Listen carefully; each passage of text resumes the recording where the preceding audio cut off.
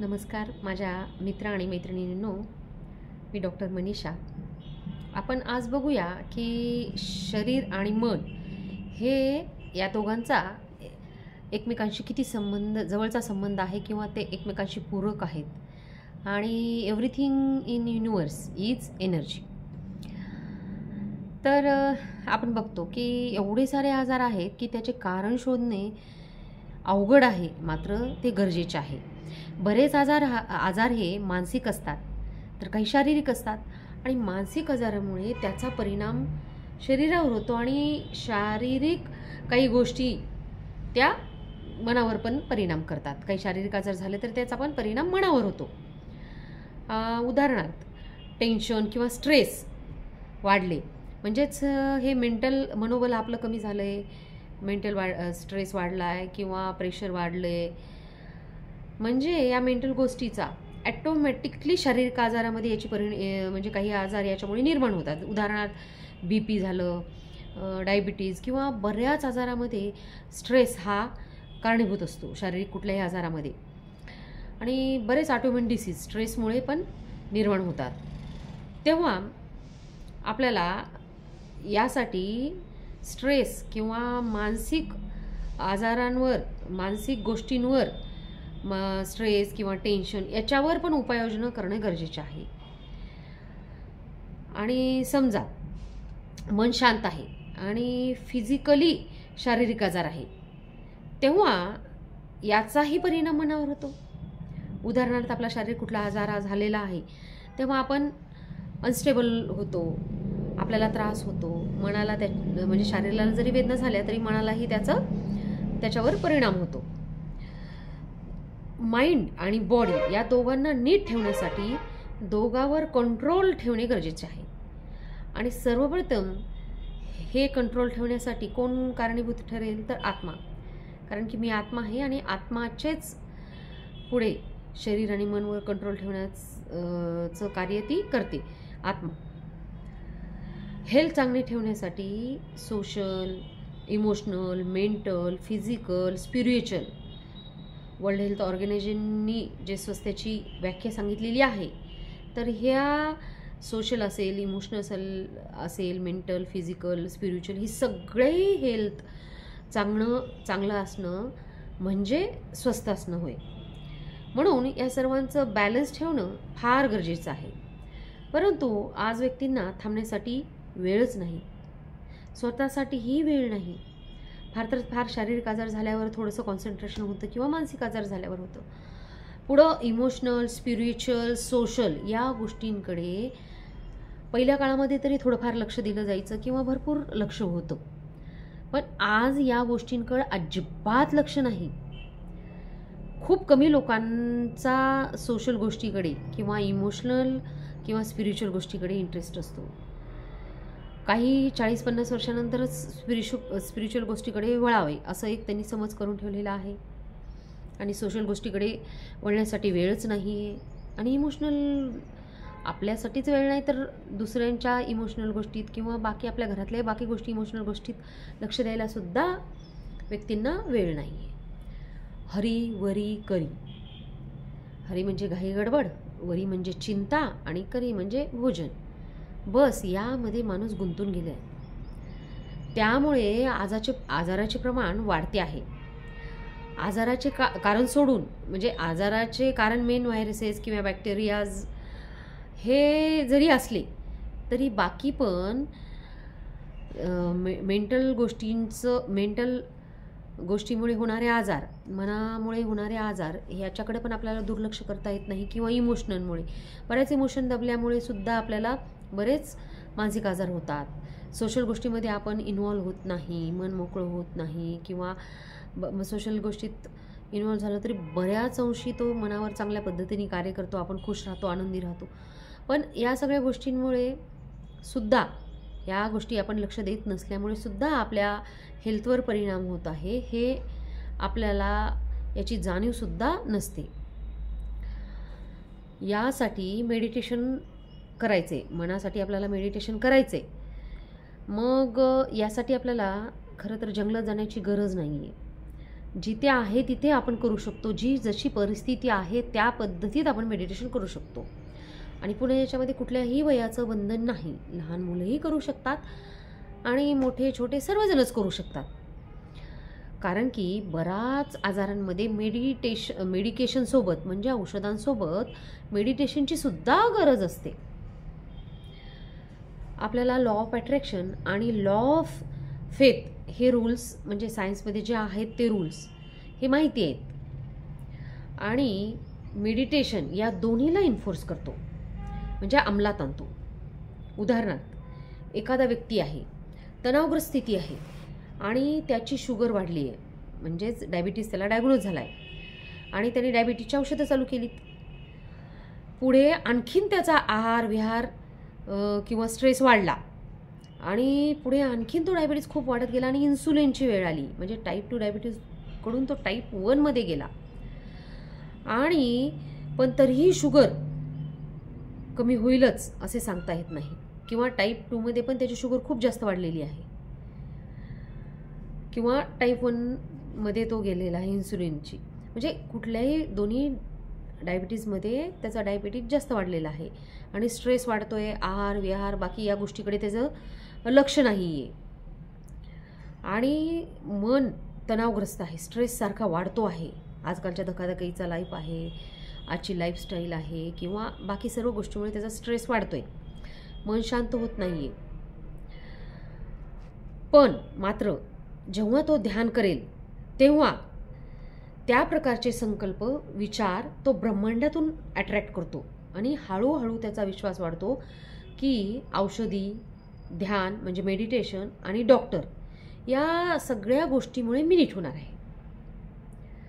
म्हणजे मेडिटेशन हे एक टेक्निक आहे जे स्वतःला स्वतःसोबत जोडते, परमात्म्यासोबत जोडते आणि आपल्याला प्रकृतीशीही जोडते.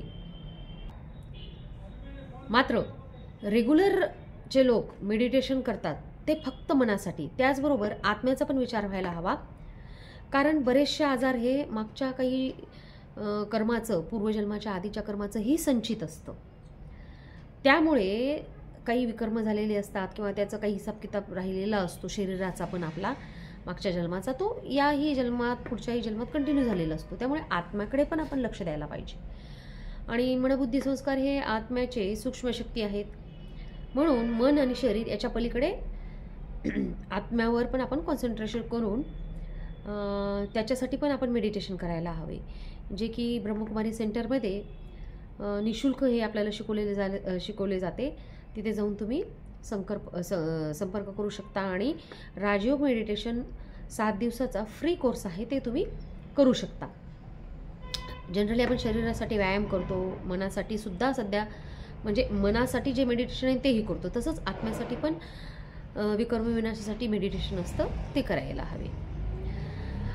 बऱ्याच बीके डॉक्टरांनी म्हणजे ब्रह्मकुमारीजमधले जे आहेत बीके डॉक्टर, त्यांनी मेडिटेशन आणि मेडिकेशन या दोन्हीही पेशंट नीट केलेले आहेत. अशी आम्ही बरेच उदाहरणं बघितलेली आहेत. तर डॉक्टर कुवेक फ्रान्समध्ये त्यांनी खूप प्रयोग केले. ते पेशंटला एक मंत्र द्यायचे. तो मंत्र होता की संकल्प करा की मी बरा झालोय. आणि याचे अगदी यशस्वी परिणाम दिसून आले. जेव्हा आजार होतो तेव्हा बरेच पेशंट निगेटिव्ह एनर्जी क्रिएट करतात.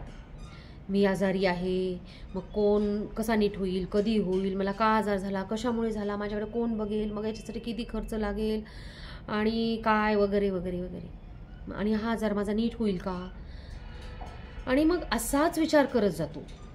मग यातून डॉक्टर कुवेतने सगळे बाजूला करून फक्त एकच मंत्र दिला. हे सगळं विचार करायचा नाही, फक्त एकच विचार करायचा की मी ठीक होतोय.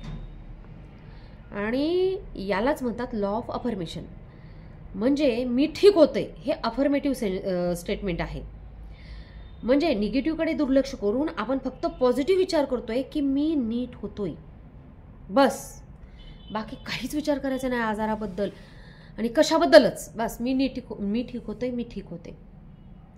आणि रात्री झोपताना आणि सकाळी उठल्या जेव्हा आपण आपल्या सबकॉन्शियस माइंड जागं असतं, रात्री झोपताना 10 मिनिट आणि सकाळी उठल्या 10 मिनिट, तेव्हा जेव्हा मन शांत असतं बाहेरचं आपलं, बाह्यमन आणि अंतर्मन तेव्हा काम करत असतं. तेव्हा आपण जेव्हा संकल्प देतो तेव्हा तो सबकॉन्शियस माइंडमध्येच जातो आणि सबकॉन्शियस माइंडला बाकी काहीच माहिती नसतं. संकल्प दिला की तो सिद्धीला नाही एवढंच माहीत असतं. तेव्हा त्यामुळे आपण हा संकल्प करूया की मी आजार मुक्त आहे, मी निरोगी आहे, माझी हेल्थ खूप चांगली आहे, मी निरोगी आत्मा आहे, माझं सगळं माझ्या शरीरामध्ये कुठलाही आजार नाही आणि जरी कुठला आजार असेल तर तो मी ठीक होतोय, तो ठीक झाला आहे. अशा पद्धतीने जेव्हा आपण करतो, रेग्युलर करतो, तेव्हा आपल्या शरीरामध्ये पण पॉझिटिव्ह याच्यामागे सायन्स आहे. याच्यामध्ये पॉझिटिव्ह व्हायब्रेशन निर्माण होतात आणि पॉझिटिव्ह चेंजेस बाह्यमनालाही तसाच संकल्प दिला जातो आणि अंतर्मनालाही दिल्यामुळे ॲटोमॅटिकली त्यांना तसं कार्य करावं लागतं आणि संकल्प गेला आहे तो सिद्धीला न्यावाच लागतो. मी नीट झालोय, माझा आजार बरा झाला आहे. तर अशा पद्धतीने आपण अनेक आजार नीट करू शकतो. जपानमध्ये डॉक्टर इमोटो यांनी प्रयोग पाण्यावर केला. त्यांनी 2 वेगवेगळ्या ग्लासामध्ये पाणी घेतले. एका ग्लासावर त्यांनी हेट लिहिले तर दुसऱ्या याच्यावर लव लिहिले आणि त्यांच्याकडील मशीननी त्या व्हायब्रेशन चेक केले.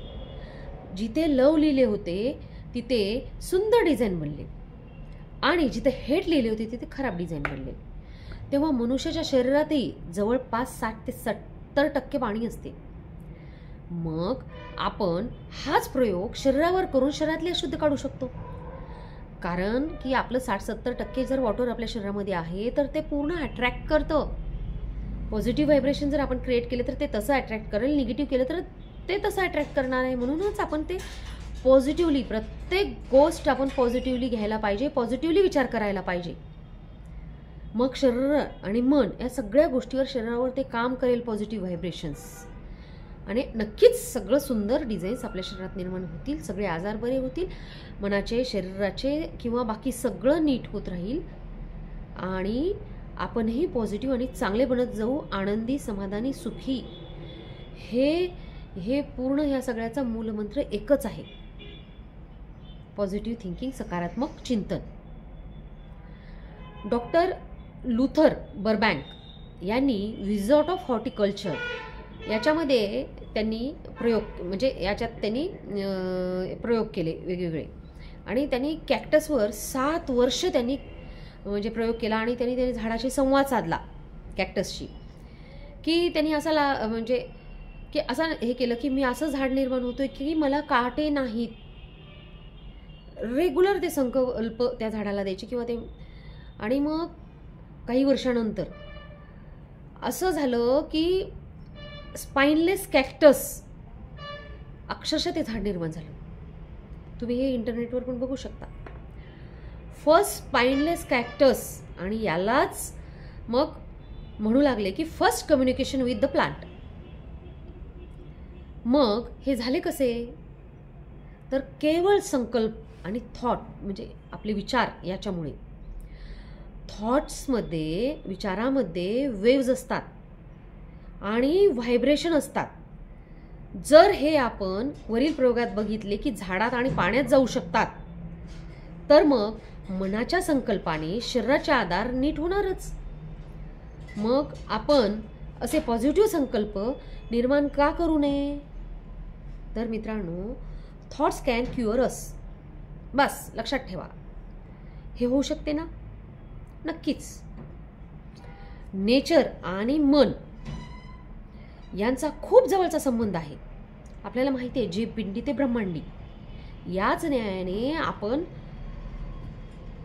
सर्व काही नीट करू शकतो. यासाठी एक उदाहरण बघू. सोपं आहे. याला सायन्स पहिले जड म्हणायचं, पण आता जड नाही म्हणत त्याला it is a vibrating energy आणि हे कंटिन्युअस कंपन करणारी ऊर्जा आहे.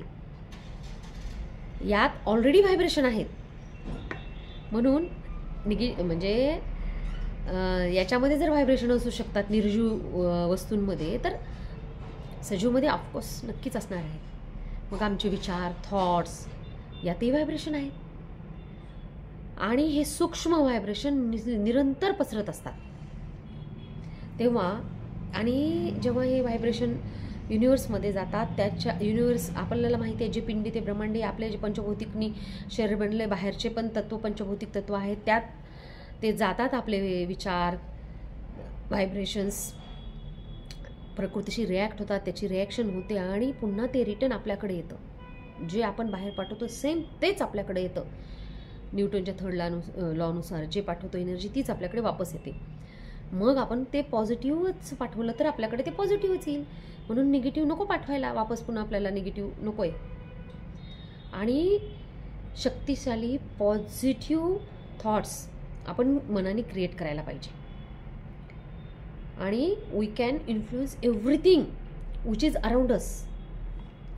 म्हणून पाणी पिताना, जीवन करताना आपण व्हायब्रेशन क्रिएट करावे चांगले. हे खूप चांगलं अन्न आहे किंवा त्या अन्नाकडे जेवण करताना बघावून हे खूप चांगलं टेस्टी, खूप महत्त्वाचं अन्न आहे, यातनं माझं शरीराचं पोषण होणार आहे, शरीराचं मनाचं मला हेल्थ मिळणार आहे. पाणी पितानाही पॉझिटिव्हली हे अमृत आहे आणि माझ्या शरीरासाठी खूप लाभदायी आहे. नेहमी रेग्युलर असे आपण पॉझिटिव्ह व्हायब्रेशन क्रिएट करावे आणि हे असे संकल्प ते सिद्धीला जाणार आहेत.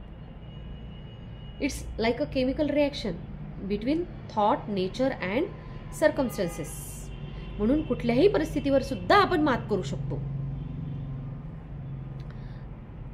तर आपण रेग्युलरली पॉझिटिव्हच राहूया, पॉझिटिव्ह विचार करूया आणि सगळं आपल्या आयुष्यामध्ये सुद्धा पॉझिटिव्ह होणार आहे. धन्यवाद.